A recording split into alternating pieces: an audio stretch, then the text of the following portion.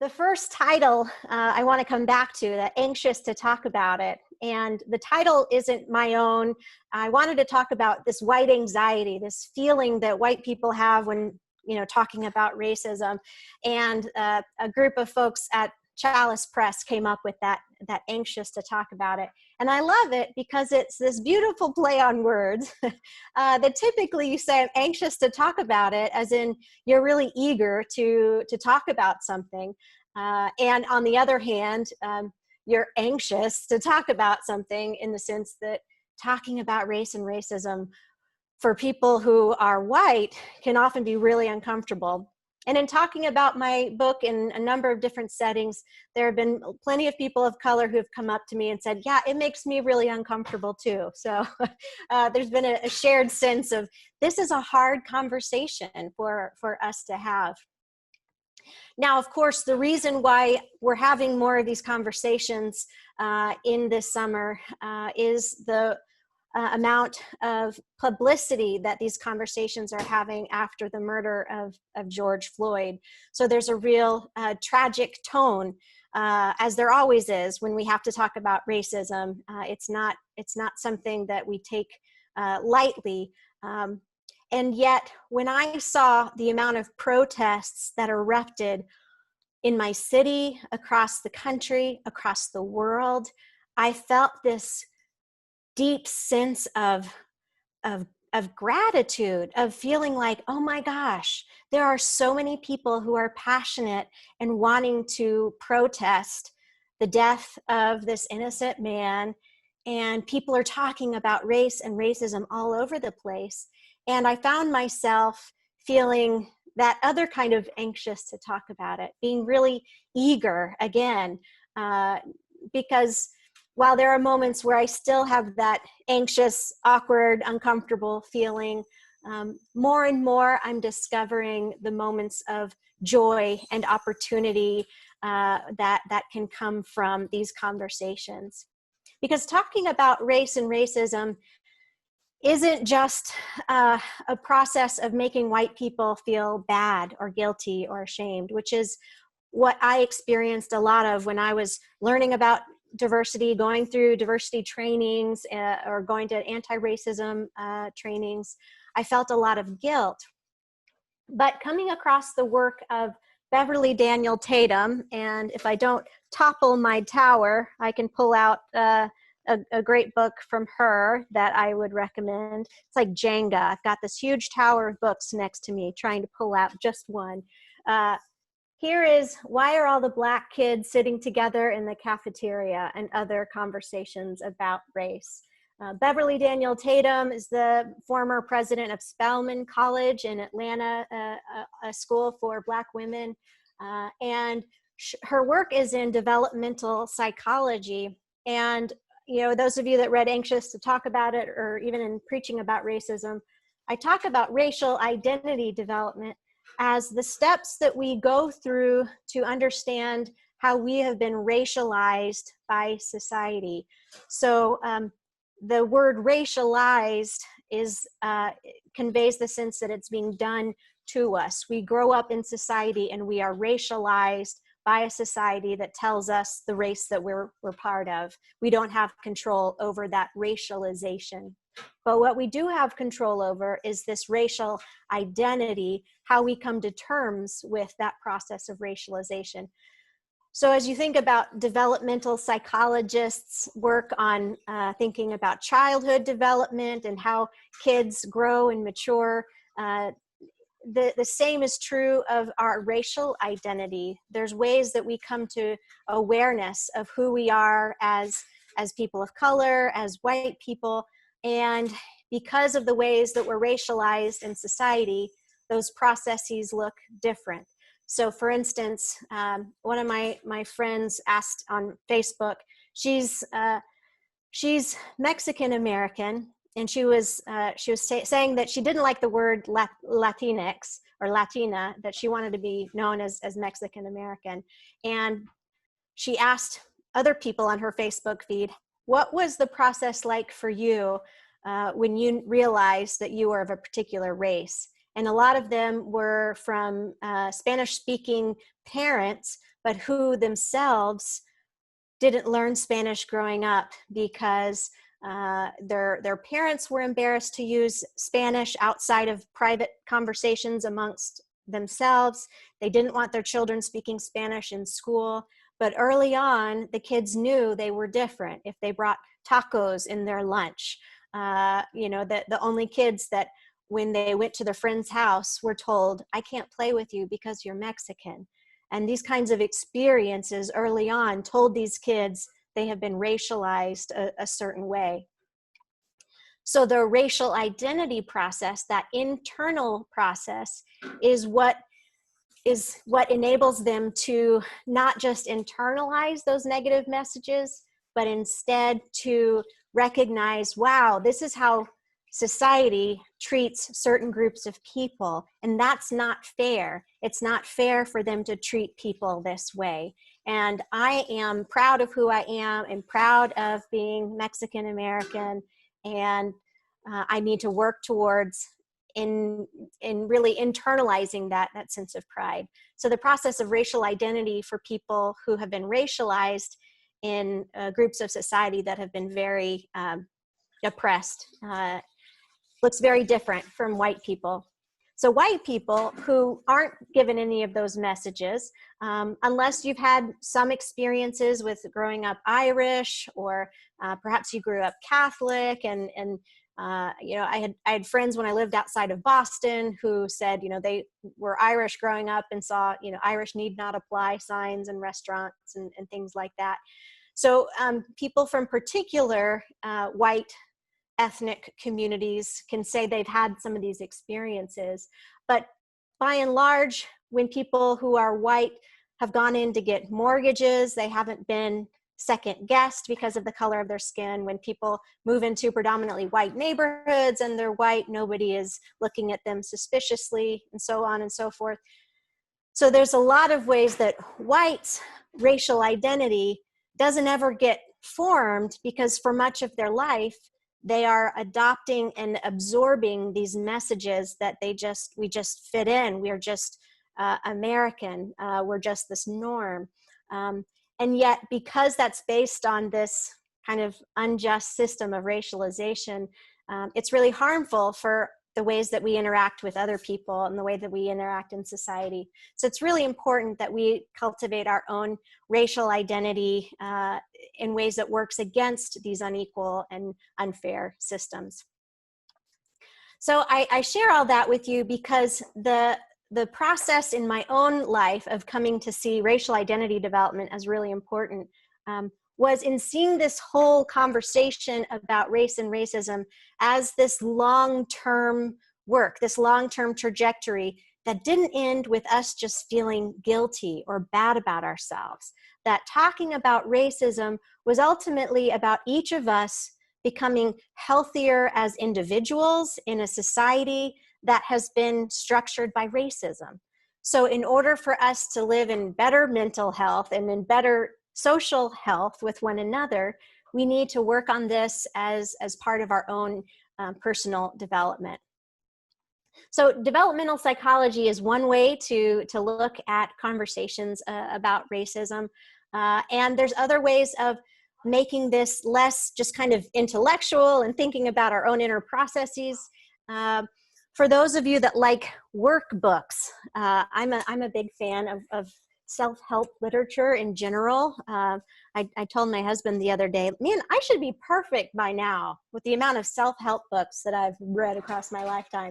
But this is a workbook that I have found to be really interesting and helpful. It's called The Racial Healing Handbook by Annalise A. Singh.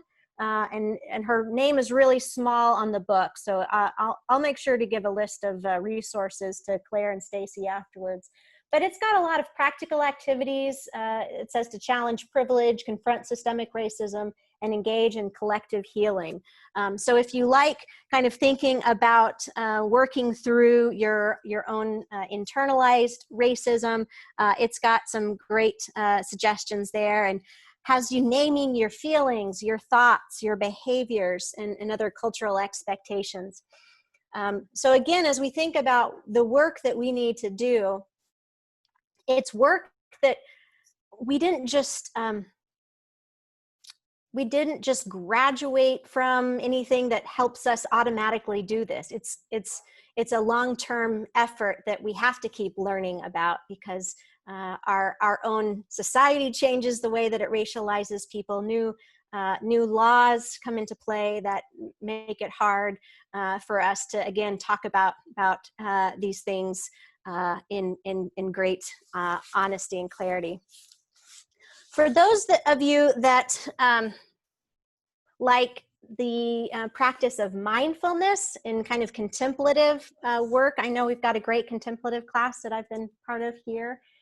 This is another great author. There's a foreword by John Kabat-Zinn, for those of you that are Zen fans. Rhonda McGee's book called The Inner Work of Racial Justice, Healing Ourselves and Transforming Our Communities Through Mindfulness. And again, the ability to take a deep breath, to be aware of what's going on, is really essential as we think about not acting on some of these really strong emotions that come up with talking about racism. Often, I talked earlier about initially feeling a lot of guilt and shame when I was in these different settings learning about racism. And if we just let those feelings guide us, we'll just kind of shut down. We won't want to continue in on the conversation. So practices like mindfulness help us to pay attention to what we're feeling and allow us to give ourselves more space to say, it's okay that you're feeling this. This is really hard. And yet we need to keep having this conversation. We need to keep engaging in this work. Another resource for those of you that like to be in conversation with other folks, book groups and things like that, is Latasha Morrison's Be the Bridge, Pursuing God's Heart for Racial Reconciliation. Maybe some of you heard of Latasha Morrison before her book came out. She was in Austin working with Jen Hatmaker at Jen Hatmaker's church. And so this is before her book came out. And Jen Hatmaker's church is predominantly white, and Latasha helped them start some conversations with an equal number of people of color and white people in these small groups. And they were these Be the Bridge groups. And so as Latasha cultivated this group, more groups started forming as a result. And after a while, they started this Facebook group where still today you can become a part of this Be the Bridge Facebook group, but you have to observe 3 months of silence. So you're reading the materials that they have, you're watching the videos they recommend, and you're not commenting on anything, on any posts, until you've observed this kind of respectful 3 months of silence of learning. And because of the innovations in their Facebook group, Latasha Morrison's group was given, I think, $1 million Facebook grant because of their use of Facebook, so from Facebook. So all to say, she's had a lot of experience with talking about racism in these small groups, and what her unique take is also explicitly bringing Christian faith into these conversations. So she has a beautiful series of prayers that are throughout that help us really center our conversations in our faith and help us to have that lens in these conversations. So there's lots of ways for us to get involved in terms of thinking about our own individual journey, wherever we are in that process. Maybe it's starting a group, a Be the Bridge group. But maybe there are those of you that want to look at your own faith in terms of this larger lacuna. It's a bad academic word, but this big gap between what we've been taught about our faith and all that we've been missing in terms of the voices of people of color when we've been shaped in predominantly white theological spaces. So one of the classic books that I read when I was first learning about racism was Dolores Williams, who taught for many years at Union Seminary in New York City. Sisters in the Wilderness, The Challenge of Womanist God Talk. And she looks through the story of Hagar, this story of the first woman to bear a child to Moses, and this kind of forced surrogacy, and likens that to the experience of generations of Black women who were forced to be surrogates and who had children as a result of the assault on their bodies by white men. And so thinking about how do we understand our faith tradition and reading these characters through the lenses of members of our community who have suffered historically and still today.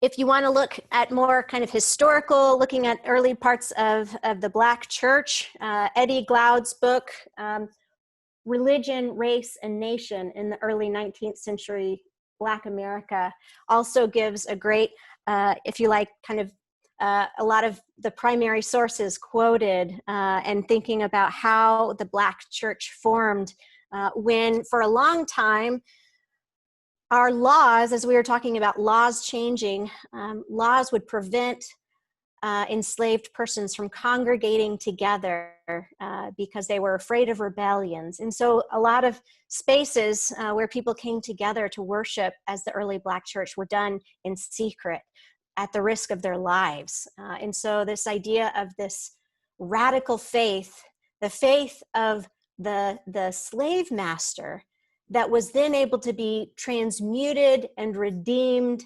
by these people of faith who were able to see in this gem of Christianity something of truth and something of value, despite the way this Christian Bible had been used to tell them to obey their masters and to stay in submission. It's really a story of the power of the gospel at work. Another great Christian theologian that, if you're into theology as well as history, is Willie James Jennings' book, The Christian Imagination, Theology and the Origins of Race. And Willie James Jennings, who taught at Duke and is now at Yale Divinity School, writes about this morphing of the Christian imagination, the ways that our Christian imagination over time was stunted by white supremacy, and the fact that rather than us seeing all of God's creation as being part of this equal level field, whites elevated themselves and used that to enslave the bodies of other fellow human beings. It's a really powerful work of theology and history together. I am going to take a break right there. I was going to go on to some great novels, but maybe I should open it up for questions for just a minute. What do you think, Stacy? Sure. Okay.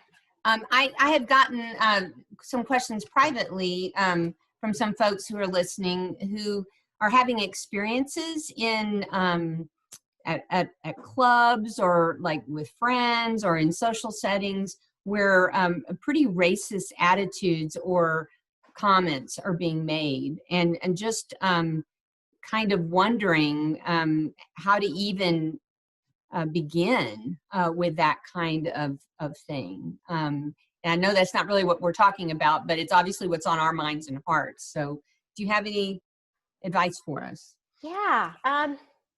This sounds a little bit cheeky, but a great way to respond is to say that, oh, did you know my so-and-so is Black? You know, even if you don't actually have a son-in-law or a daughter-in-law or a sister or, you know, a mother who is Black, you know, I've heard people use that as a way of saying, you know, just interrupting the conversation, because in some ways people who are being outright racist to you are doing so under the impression that you are a white person who's going to go along with this white solidarity and just kind of go along with it.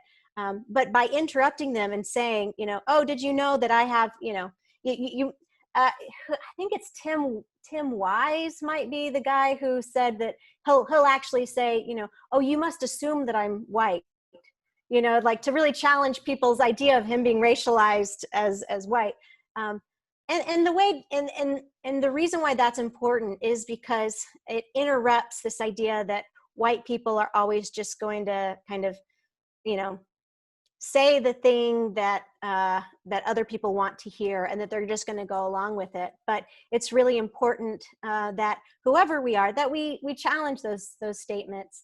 And it could be, less cheeky, is to say, wow, I just heard this experience of this person, and you share an experience of someone who's had an experience with racism recently. And, I know that if she heard that story, like, her feelings would be really hurt to hear that.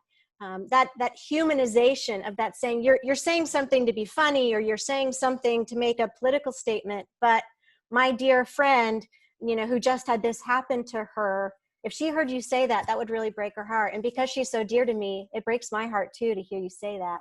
And for instance, this is a real thing. One of my good friends, who is a professor at another seminary in the South, she teaches in Atlanta, Asian American, posted to Facebook. She's like, when you get yelled at in Publix, which is their version of HEB, when you get yelled at in Publix to go home in that "I hate your foreign stench," it gets to be pretty draining.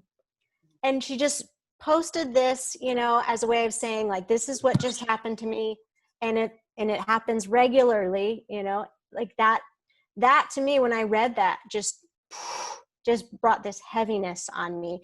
I mean, I can imagine myself going through HEB and having somebody yelling at me to go home, as if I'm not from here, as if I'm not contributing to this society, and that I smell a certain way. I mean, the way that our society can support that kind of activity is really barbaric. And so if someone says something racist in my presence, to say, wow, this just happened to my friend. And I mean, she's got these little babies at home. I mean, she's such an amazing woman. She teaches Christian education, and she's so cool. And for this person who doesn't even know her to say these terrible, mean, ugly things to her, I just wonder, where are we as a society that we can allow this to happen?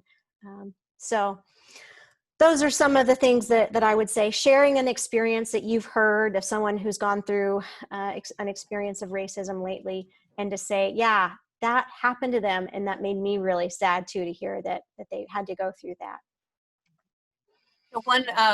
A couple of our elders are invoking John 15:12 and the Great Commandment, not a bad place to go, and saying, is it our responsibility to interrupt non-virtuous ideas? I mean, that seems to be what you're saying, whether you do it in a cheeky way or not, right? Yeah. Great questions. Do you think that our political climate is making it harder to do this work? Because I think we have some folks in our society who want to talk about Black Lives Matter or any of this work for racial justice that we're doing as just political, that and devaluing it as real work for justice. Yeah, well, that's really interesting because since the 70s, there's been a lot of ways that Christians on the far right have turned to politics to try to advocate for certain things. So in terms of it being political, the charges are often being made that liberal, left-leaning things are being too political, and there's often been a lot of movement, working against Roe v. Wade, for instance. A lot of movement against abortion has been very political, very much rooted in churches. And I'm not going to talk about political things, but what I am going to say is, in the course of our history of dealing with race, there's constantly been a political battle to ensure the equal rights of every person, the rights of African Americans, the rights of women to vote at first only white women, the rights of persons with disabilities. And we are celebrating the ADA anniversary. Americans with Disabilities Act, all of these rights weren't just given, weren't just offered freely. They all came as a result of political struggle and political conversations, political conflict. But what is different from saying that this is political is to say that it's partisan. This is not partisan in that there's not been a single political party in the history of our nation that's constantly been on the right side of these issues. Lincoln, he's the party of Lincoln. The Republican Party identifies, with Lincoln, and yet it's also Republican strategists who started arguing for this strategy of stoking racial strife in order to get votes. And if you look at in some of the history books about George Wallace, who was made famous for his governor inauguration speech saying segregation today, segregation forever. Well, he wasn't using those same tactics a few years prior when he first ran for governor and lost, and realized that his opponent had won by stoking those racist animosities. And so he changed his strategy. So thinking about our history and how strategically racism has been used for political gains, it's really important that we emphasize, yes, this is very absolutely political, because we can't get the rights for all people without the political process. We can't by divine fiat say, yes, we're all equal and we all have equal access, and there's going to be consequences for people who don't treat people equally.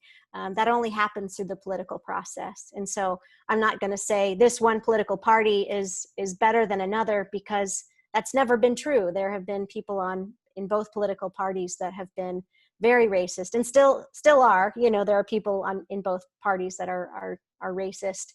And there's been helpful conversations about what racism means. Most recently in the work of Ibram Kendi. Those of you that are familiar with Stamped from the Beginning, those of you that don't want to read the full definitive history of racist ideas in America can maybe read the shorter version that are being used, I think, by our youth to talk about it.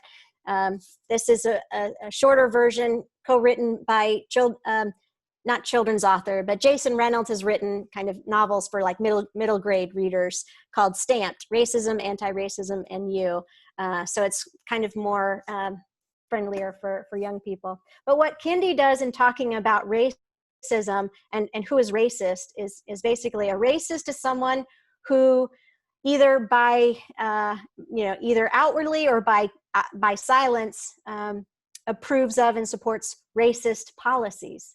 So he's focusing on policies rather than on intentions, on our attitudes, but just how we respond to policies. If we promote racist policies, then we are racist. And what a racist policy is any policy that is disproportionate in its impact, leading to racial inequity. So if a policy inordinately continues to keep Black wealth at historic lows compared to white wealth, for instance, that would be a racist policy. If kids of color are disproportionately impacted by a certain policy, again, that's a racist policy. Whatever the intention of the political party that created this policy, it's racist. And I just think that clarity is really helpful in thinking about who does this impact? Who are the people that are most harmed by this policy or this action, and thinking about how we analyze things through that lens. And especially as Christians, as we think about this term, the least of these, going back to not the great commandment, but Matthew 25, whatever you did unto the least of these, you did unto me. Thinking about who are the hardest hit in our country, who's suffering the most from COVID, who is seeing the highest rates of job loss and unemployment, who's being incarcerated at the highest rates, whose communities are being policed in higher numbers and greater intensity compared to others. And we just look across our country at all of these differences, and we think, wow, there's a lot of work we can do. And of course, you see my way of dealing with it is books, reading, and that can only get you so far.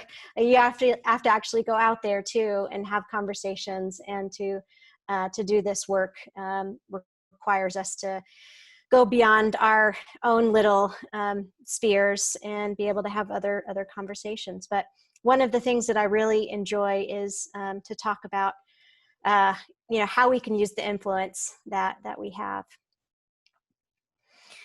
So one of the things, when Stacy initially asked me to have this conversation, one of the things I was thinking about at that particular time was a video I had seen of a Black man, and I'm blanking on his name, but he was on a talk show, and he was basically saying that racism is not a problem, that racism is really the cry of people who are unhappy with their lot in life and people who want more entitlements.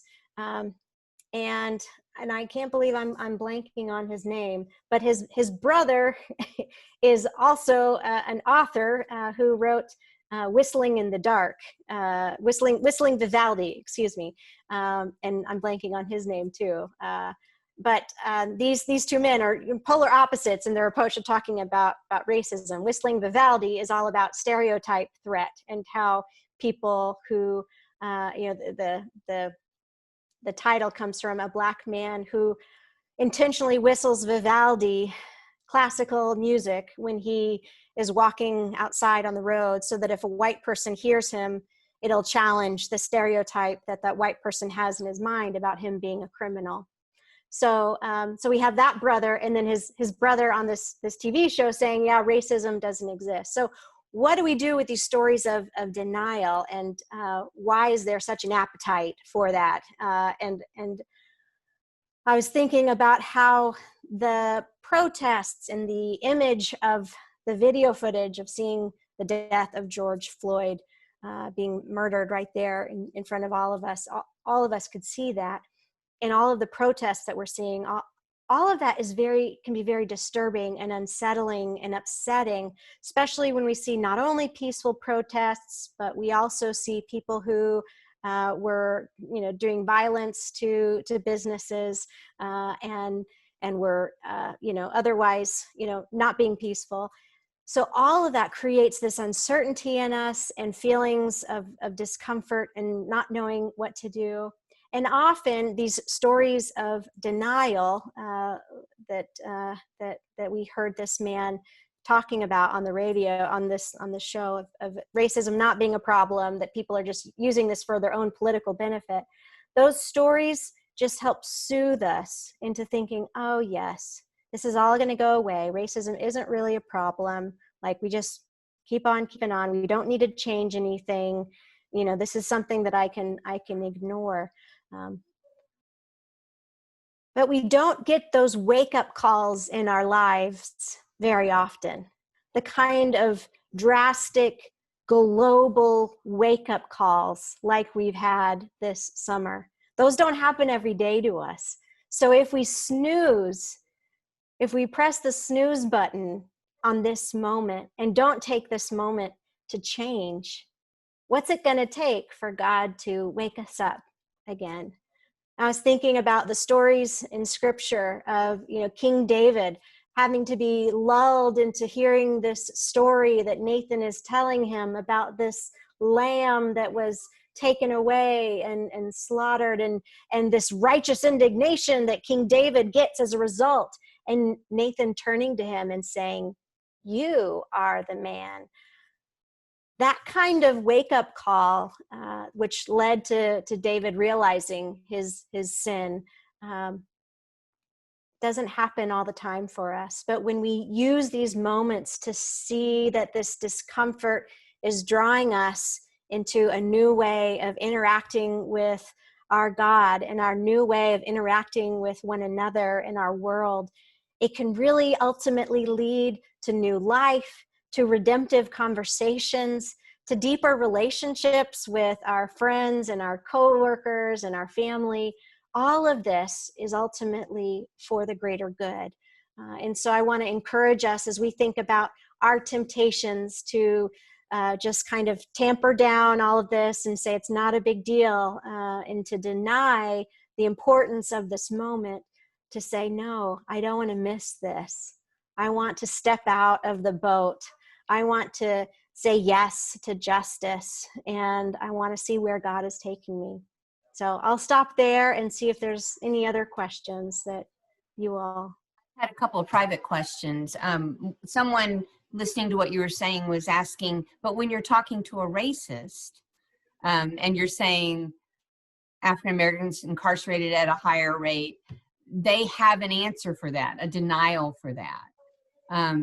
So how do you address that, is what this person is asking. Yeah. There's a denial for all of those realities. Yes. Yeah. And so there's one route of feeling like you have to know all of the answers, like you have to know that the prison system as it was set up just after slavery ended to provide a loophole for people to put back into slavery all these recently freed people by saying, even if you're loitering, if you're just hanging out, we can come and arrest you and put you in jail. And now you'll have to pick cotton for free again. So there's one line of reasoning of feeling like we have to know all of this history really well so we can just, have these great comebacks. And then there's another way that we can approach it, which is to say, wow, it's one thing to think about all of those people deserving prison, but do you really believe that? And do you know anybody who's been incarcerated? Did they really deserve that? And how many times have you been pulled over because you looked suspicious? Have you ever done anything wrong before that you were surprised you got away with? Was there anything you did bad when you were in high school that was maybe a little risky or, a little illegal? Now imagine if in your community, anybody doing that would have gotten put in prison and did regularly. And imagine what that would have been like for you. The route of humanizing and allowing us to say, okay, let's talk not about the numbers, not about the history, but the humanity of what we're talking about, of the people who are living these experiences. And just to kind of have those kinds of moments where we imagine what we ourselves have lived like, and if everything that we've ever done wrong has been used against us, what that would have felt like. And anxious to talk about it, I have a few incidents of these white criminals, these D-Min students in this all-white seminar that I was teaching, where we're talking about the power of storytelling.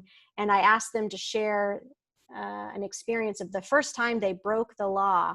And it was all in good fun when I initially came up with this icebreaker idea. And they had all these like funny stories, one kid chewing tobacco and accidentally swallowing it at church camp, and another person who ran, speeding, and, as soon as she got pulled over was just like crying so hard because she felt so bad about being pulled over, and all these experiences that made us laugh, and, we're kind of joking around. And then like a week later, I'm in the context of all of these scholars of color at this retreat. We'd been together for a week the previous summer. Now we're at the beach spending a retreat together, talking about teaching and things like that. We're around a campfire, and the conversation lulls, and I throw out this exciting icebreaker. I thought, tell us a story about the first time you broke the law. Silence. And one of my friends next to me says, I can't tell you the first time I broke the law, but I can tell you about the first time that I was accused of breaking the law.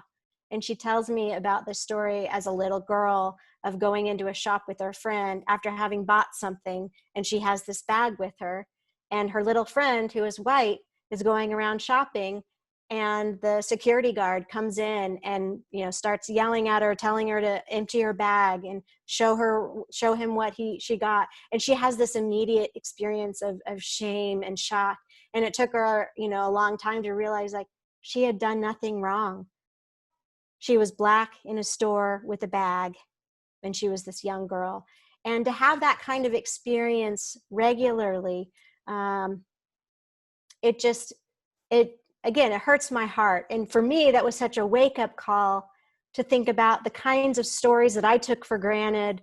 This, what I thought was this funny icebreaker, was actually a really poignant experience that someone had regularly been accused of breaking law just because of the color of her skin. So there's no easy response. This is, if there were a lot of easy responses, we'd have everybody on board and we'd have a lot of people that were all in agreement. But a lot of this takes conversation and it takes time, but it's worth it. And it's really important that we do this work with our peers, with our family members, and with ourselves, because, there's no guarantee that we ourselves are ever going to be freed from, from having thoughts that aren't helpful in increasing our ability to connect with people across races. So continuing to do this work ourselves is really important. So I was asked, do you have any suggestions about how we can work in our workplaces, which is a unique environment, to advocate and to be anti-racist in that setting? Have you had any conversations or thoughts about that? The workplace is a kind of a unique environment for this. Yes, yeah, great question. And one of the exciting things in another workplace, the workplace of teachers, I'm part of this group, Eans for Equity, of parents that are working in our school district to try to increase understanding of racism because of the recent reports of 2020 alums saying some really racist things on video, but also the reports of countless alums who have shared their experience of racism growing up in Westlake and how heartbreaking that is.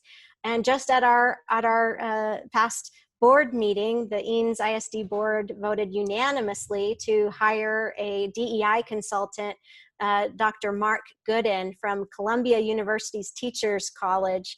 And Mark Gooden is kind of, top of the line, really great scholar who does a lot with culturally responsive teaching, anti-racism training for principals and school leadership. So that's really great.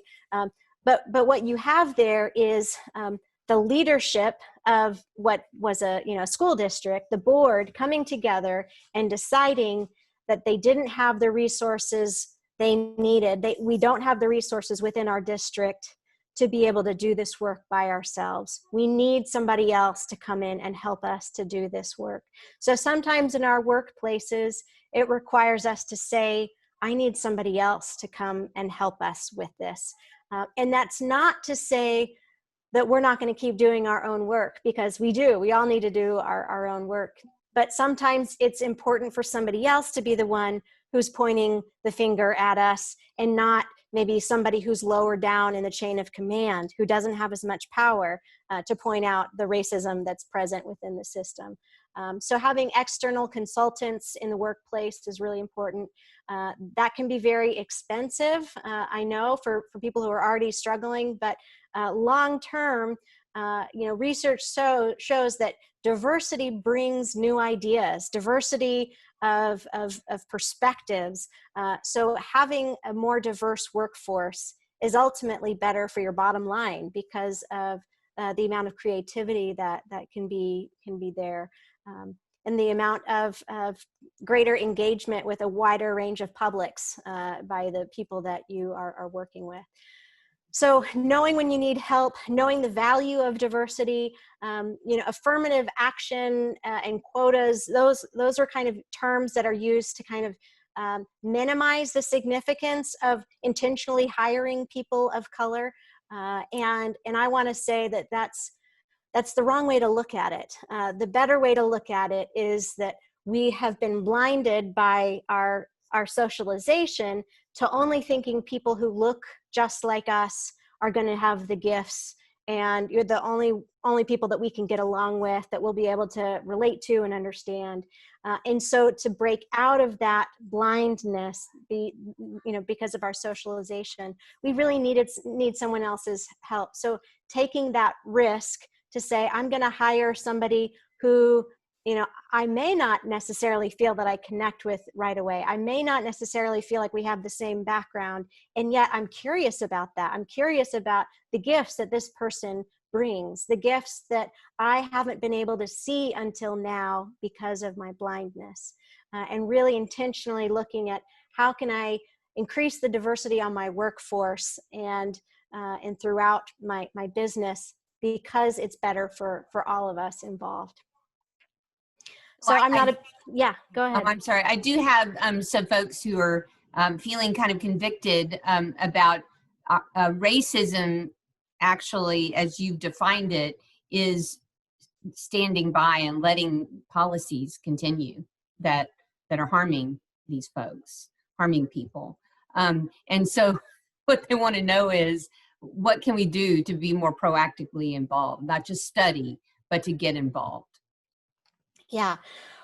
One of the things that you can do is to look into the advocacy groups that are already present here in Austin. There's a woman named Mimi Stiles who is part of a group called Measure. And Measure is literally an organization that tracks here in Austin, you know, different statistics, you know, to show that our policies need to be driven also by the data that we can actually, you know, find and measure. So supporting groups like that and contacting them to say, you know, how can we support your work? There's also other organizations that are out there that are working to help people, and a lot of them are grassroots, because ultimately we don't want to just try to go out and help people to kind of fix our own issues or to feel better about ourselves. We want to do things that genuinely are going to help other people. And a lot of that requires us being in relationship with people. So developing relationships with organizations and with individuals are ways that we can move forward. There's some great Black churches here in Austin, and looking into what are the ways that they are advocating for the Black community or the Hispanic community that they're part of. So looking at different groups, looking at the Asian American community in Austin and churches, and saying, how can we support you amidst the rise in anti-Asian racism because of COVID and people blaming this virus on people from Asia. But reaching out and literally saying, you know, how can we help is one way to get started. So thank you for all of you being here. I know that we're getting close to the end of our time. Is there anything else, Stacy, that you wanted to add? I don't have any more questions here. We really do appreciate you being with us, and I'm sorry that I've had to keep all of you on silence, but maybe you could help me thank Carolyn for her time. Maybe you could give her some jazz hands or a wave or a clap and tell her thank you. This is only a beginning for us, Carolyn, and I thank you for helping us to continue the conversation. You guys are going to all get an email from me in the next day or two. The Adult Discipleship Committee has some ideas of how we want to continue this conversation. So you will be hearing from me soon. But Carolyn, thank you. You continue to be a wonderful resource for our congregation. I appreciate it. Thank you. It's my pleasure to be here with all of you. Love you all. Blessings. Peace. Blessings. Good night. Good night.